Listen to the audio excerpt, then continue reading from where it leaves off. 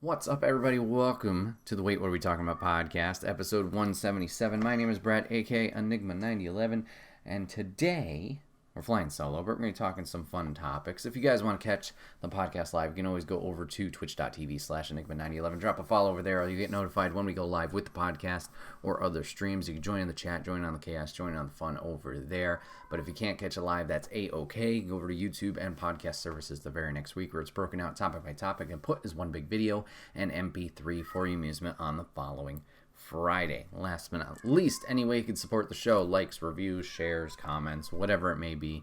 It may seem small, but it does help the channel out immensely. So if you have the time to do that, and you can take the time to do that, we would appreciate you greatly. Today we're going to be talking about two different topics. I mean, usually the topics are always different, but we're going to talk about Street Fighter 6, and we're going to be talking about Across the Spider-Verse. So let's talk about Street Fighter 6. First, let's get on into it. So as of recording today, Street Fighter 6 dropped its full release on Friday. So I've had a few days to kind of tinker around with it, play with it, and kind of wanted to share my thoughts and feelings on it so far.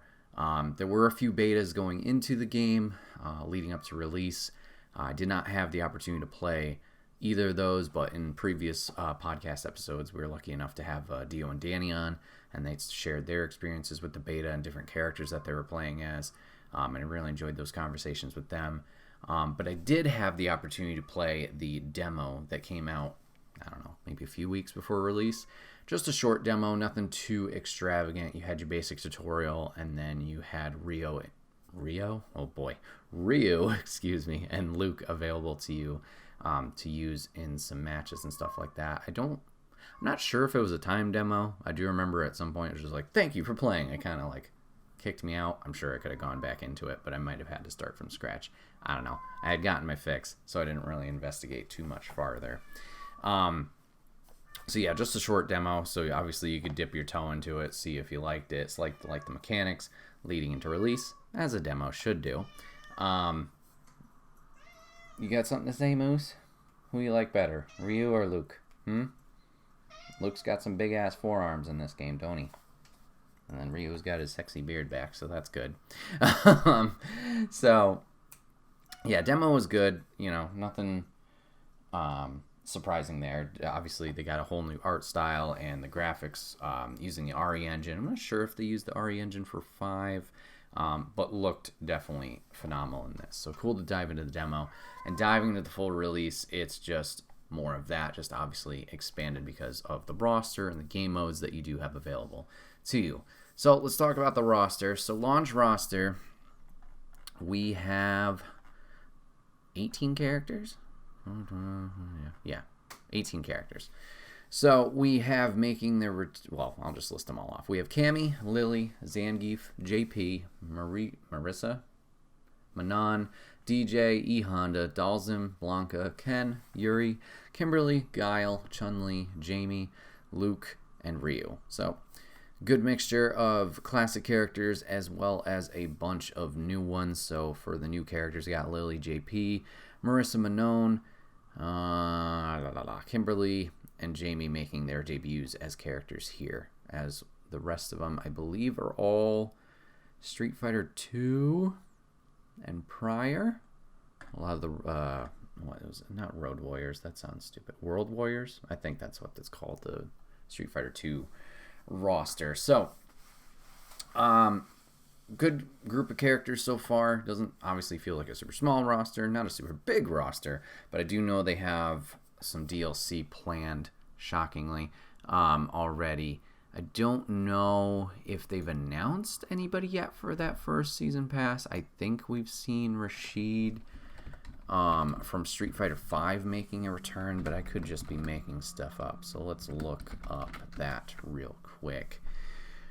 Okay, they did announce. Capcom has confirmed Street Fighter 6 characters. Here's characters including their release dates.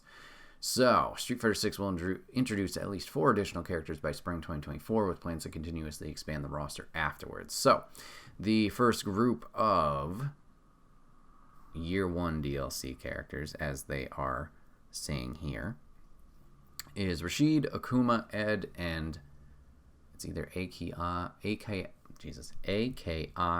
or Aki. Apparently he's a new fighter, so there's that. So yeah, they're all coming out throughout the year. AKI coming out in autumn, Rashid apparently in summer, both of 2023. Ed is going to be winter of 24, and Goki is going to be spring of 24, or Akuma. I guess they're going by two names there.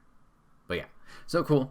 Not surprised by that. Obviously, fighting games, always adding more roster members to there to kind of expand on the experience. But my experience so far with the characters, all pretty fun. From the ones I have played, most of my time has been with either DJ, Yuri, or Kimberly so far, because those seem to be the characters that I want to kind of dive into. You got your, your typical Shoto characters with the fireballs and stuff like that, and then you have your charge characters, which, granted, I'm not very strong with those charge characters, and some of these characters I've been diving into I definitely want to learn more about are those charge characters, so we'll have to see how that goes. But all the characters with their redesigns look great, and have a good look to them. The new characters fit in pretty well. I haven't seen all of them yet. Like, I haven't seen Lily in action, and I haven't seen Marissa in action in terms of my gameplay. I think I've seen a little bit of Marissa outside for other streams and content. But yeah, everybody seems to fit very well. Nobody feels like super outsider, which is nice. So yeah, character roster so far, good to go. As for game modes, we got 3 different game modes. We got Fighting Ground, which is pretty much your you versus CPU, classic arcades, player versus player in terms of like local play. Extreme Battle, which is battles that are held under kind of gimmicky rules. So maybe you'll have a bull that's running through the arena from time to time that you need to avoid, or you have different obstacles that you're trying to avoid while also doing the regular fight or other rules that you have set. So that's your Fighting Ground. Battle Hub is pretty much your all online stuff, so your ranked battle, your casual match, the online hub that they have, where I believe eventually we'll be able to play older Street Fighter titles, Street Fighter 2, Third Strike, Street Fighter 4. I'm not sure 100% on specifics, but they've kind of teased and shown the little arcade cabinets there. And it seems like once you either play them in the online mode or maybe do like a fighter pass, like a season pass, not a season pass, a battle pass or something, you will unlock that for casual offline play, if I'm reading that correctly. So that's kind of cool that they're just adding that extra layer, obviously, of the history into it. And then lastly, we have the World Tour. So the World Tour is pretty much going to be your single player content. The nice thing too, if we're going to just circle back for a second in terms of like downloading the stuff, you don't have to download certain aspects of it. It seems like the Fighting Ground and the World Tour were like separate downloads, which when you put in the disc or you buy the game, like you have access to it all. I just remember it prompting me like, would you like to install all of these modes? So if for some reason you didn't want the single player and you just wanted like, hey, let's see what the fighting mode is about, or you're really into online play and that's your focus, you don't have to install or download the World Tour mode. You can just focus on the modes that you want. So that's kind of nice to free up a little space. But sorry, going back to it, the World Tour mode is your single player mode. So you are creating a character and you are essentially going around Metro City and training and learning from the Legend Masters, or whatever they're called. It might just be Legends. So you're going to them, and it's kind of like RPG. You just go, you do missions and little different encounters. I've only dipped my toe into it, but so far it's pretty fun. The character creator, very in depth. I've always been very crappy at character creators. If I'm not gonna lie, I can get if I'm going for myself, I get the general gist of it, but it's like, this is your hair and eye color and facial hair on someone else's body kind of thing. Like, it doesn't look super. I know some people are really into character creators. Some people like me just like, it's fine. But this one really goes in depth, allows for a lot of freedom. You could go realistic if you want to try and make either your likeness or someone else's likeness, or you can go entirely goofy with it. They do have a lot of out there accessories in terms of like facial hair or eyebrow shape or I believe one of the presets is like a mechanized person, so you could do that. I will say something that I appreciate quite a bit is you can save your custom characters as like recipes. So any not modifiers, but any numbers that you change on the sliders to change like different size or aspect ratios of whatever, at the end of your character creator you save it as a recipe, so that is always there. So either you could reload it and tweak it, or if you wanted to, you're not stuck to one design. You can go in, make something that's super hyper fantasy or crazy looking, and then still have another alternative character if you wanted that's more quote unquote normal or fits into the world, I guess you could say. And like Jeff's saying in chat, I've definitely seen some people make some crazy stuff, especially with the demo time, because you use this character both in World Tour and as your online avatar in the online mode when you're running around that like hub world. Some people have gone super crazy with it. Like dimensions are all crazy. Like they got giant buff chests, but then they got skinny little tiny arms. Or like their skin tone is like something super red or super blue, or like, you know, they just look like someone played with Play-Doh and just put something together. So I'd be interested in now, once, like, since the full release is out, how crazy in depth people have gone with character creators, because once again, people who really like character creators, whatever game it may be, Soul Calibur, WWE 2K, some people really put and dedicate a lot of time into it and can make some really crazy or at least unique stuff. So I'm excited to jump into there eventually, see what that is like and how crazy people got with their creations. And I guess you can also upload them too. So if people are making a la WWE, like making custom characters that maybe aren't going to be into Street Fighter, like past characters or characters from other fighting games, you can apparently upload that, and like you could download that for characters. It's not going to give anybody like a custom move set or anything like that, so they're not going to act and move like those characters, but at least their likeness will be there, and then you could kind of, you know, suspend belief there and kind of play around with the fantasy roster that you might want. Just a cool feature. I appreciate that they had that flexibility and freedom of like making multiple of them. I don't know how many you can make. Didn't seem like too many, maybe like 10 to 12, but still, at least the option there is a nice thing. So diving into World Tour, it is super cheesy in a way, because they make fun of themselves and they understand what they're doing here. So once again, the concept is RPG. So you're a character, you're going to these different legends and you're learning how to fight, right? Get stronger. Well, how do you do that?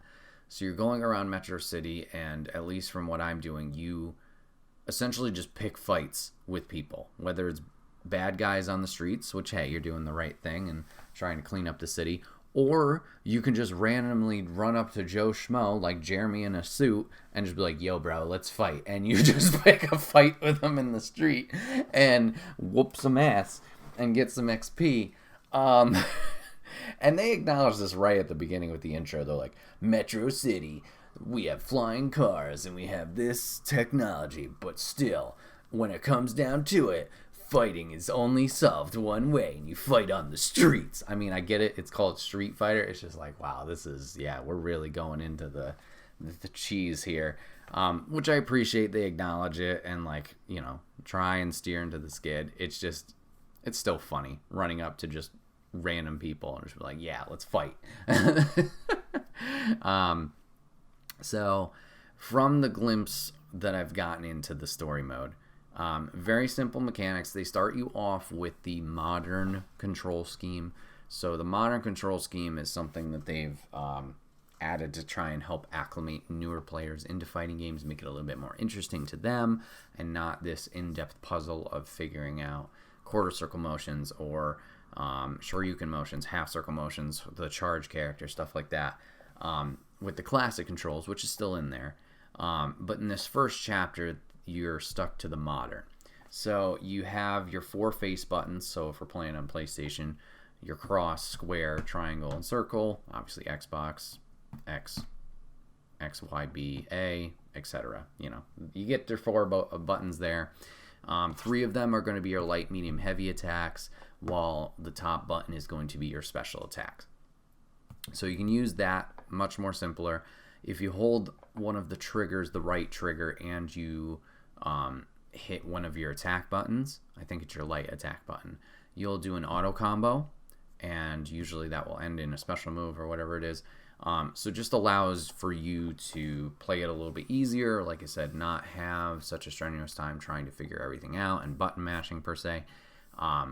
So in the first chapter, this is what they use. After that first chapter, you have the freedom of choosing if you want to stick with the modern, or if you want to go to the more classic controls of fighting game past.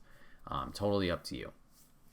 So you do that, and you get introduced to the world, just some mechanics, just like any kind of open world RPG-esque, like this is your store, and this is where you get food, and this is where you get resources. And your first teacher is Luke in this, and you are kind of paired up with another student, Bosch, I think is how you say his name. And you're going around doing these tasks for him and kind of learning what the basis of it is. Yeah, it seems interesting. It seems fun. I'm curious to see where it goes from here. One thing I kind of had a little bit of a hang up with initially, so I only dove into World Tour today for a little bit. But when I first started playing, I did a few arcade ladders, and arcade mode across not just Street Fighter, numerous games. Usually it's a shorter story. It's just focused on one character, and you get like an intro cutscene, which is dialogue most of the time and still images, and then you get the end, and you kind of get a glimpse into what this character is dealing with in the universe. And when I saw World Tour mode, World Tour mode, granted, only dipped a toe in it, so I don't know. I was a little like, oh, I wish they kind of went more in depth with the story. I don't know if with this create a character we will get an in-depth story. There must be. It must be a big, decent mode because they put a lot of time into it, and obviously they built it out, that maybe it will go into the story. But, for example, Ken Masters, something's gone on with him where he was framed of something. He owned this part of this $1 million company, and something's happened to him where initially when we see him, and we see him in this game, like he's kind of run down. I think he's working at a construction site. Like he's been framed for something. Accusations of orchestrating a criminal plot have forced Ken to abandon his family and business and go into hiding. So like I want to explore that. And it seems like JP, this new character, seems to be like the big bad, similar to an M. Bison, that they're kind of building up as this like secretive person, whatever it is. And I'm just not sure, once again, because I've only really seen the top layer of it, if this World Tour mode, this create a character story, is going to dive into this.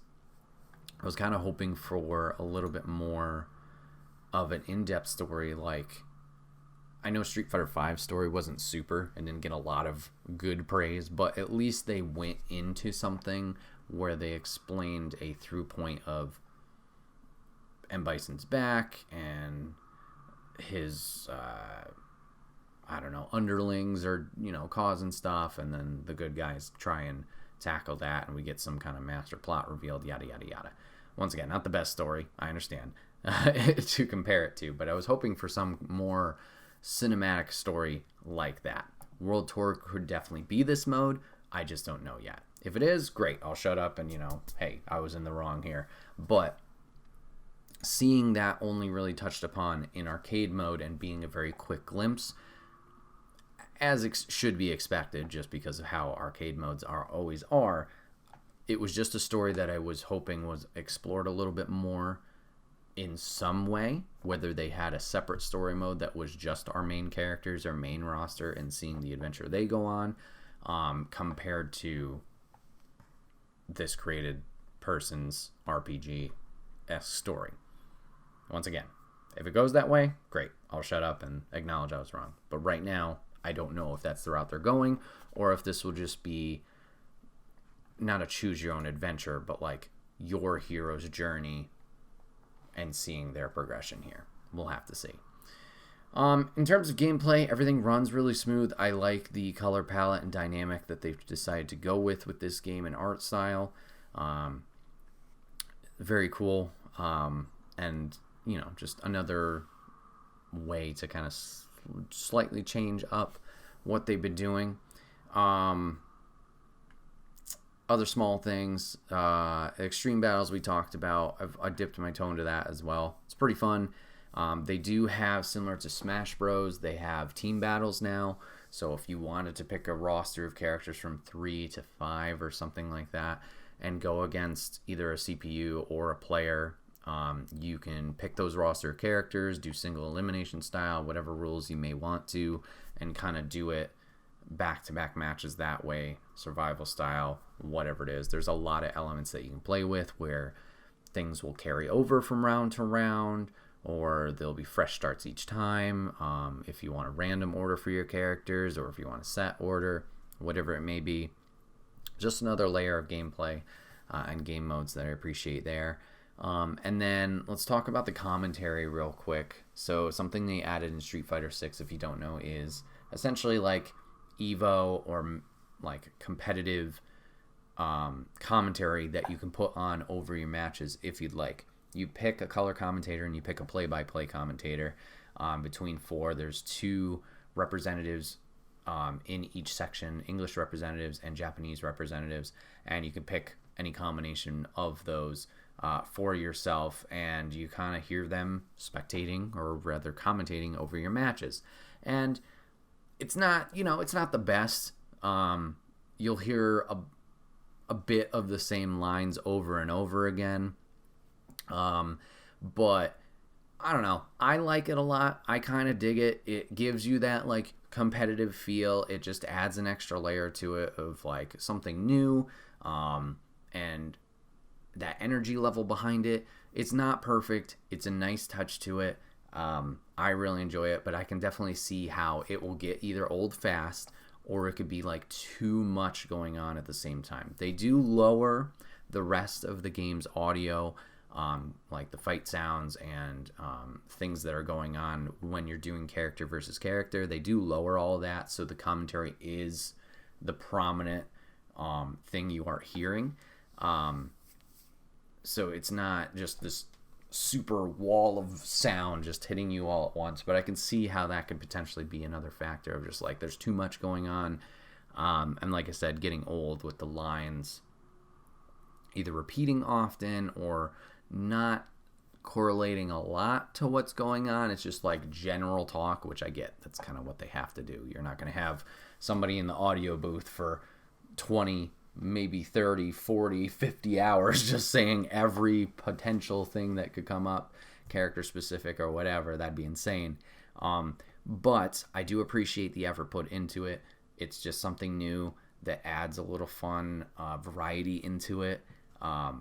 And I'm curious if they will expand on it with time, with either DLC characters, if they do decide to go more in depth with moves. I'm trying to remember from my gameplay with it on if they mentioned like any special moves happening. I don't think they did. I do remember them calling out like raw supers happening or counters or whiffs and stuff like that, but I don't think they ever called out any specific like Ryu's doing this, Luke's doing this, la la la, whatever it is.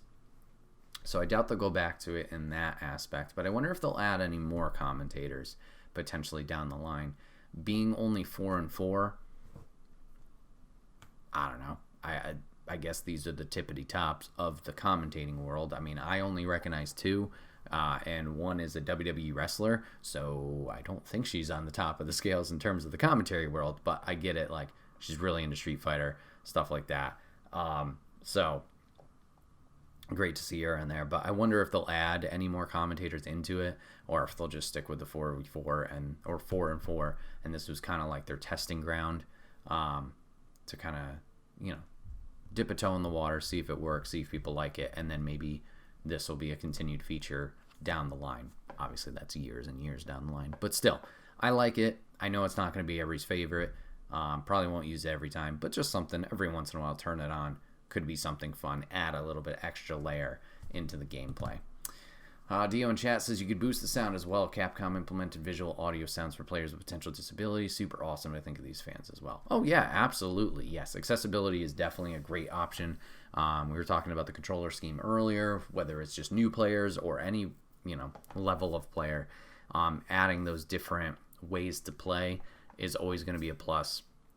I know a lot of people which bitch about this for a certain game series. I won't get too in depth with that because that's a whole different podcast, but allowing more players or inviting more players to play is always going to be a great thing. And yeah, just giving people options are always great. If you decide to use them, great. If you tinker with them, great. Whatever it is, having the option there for the player is just fantastic. Why not allow for people to play?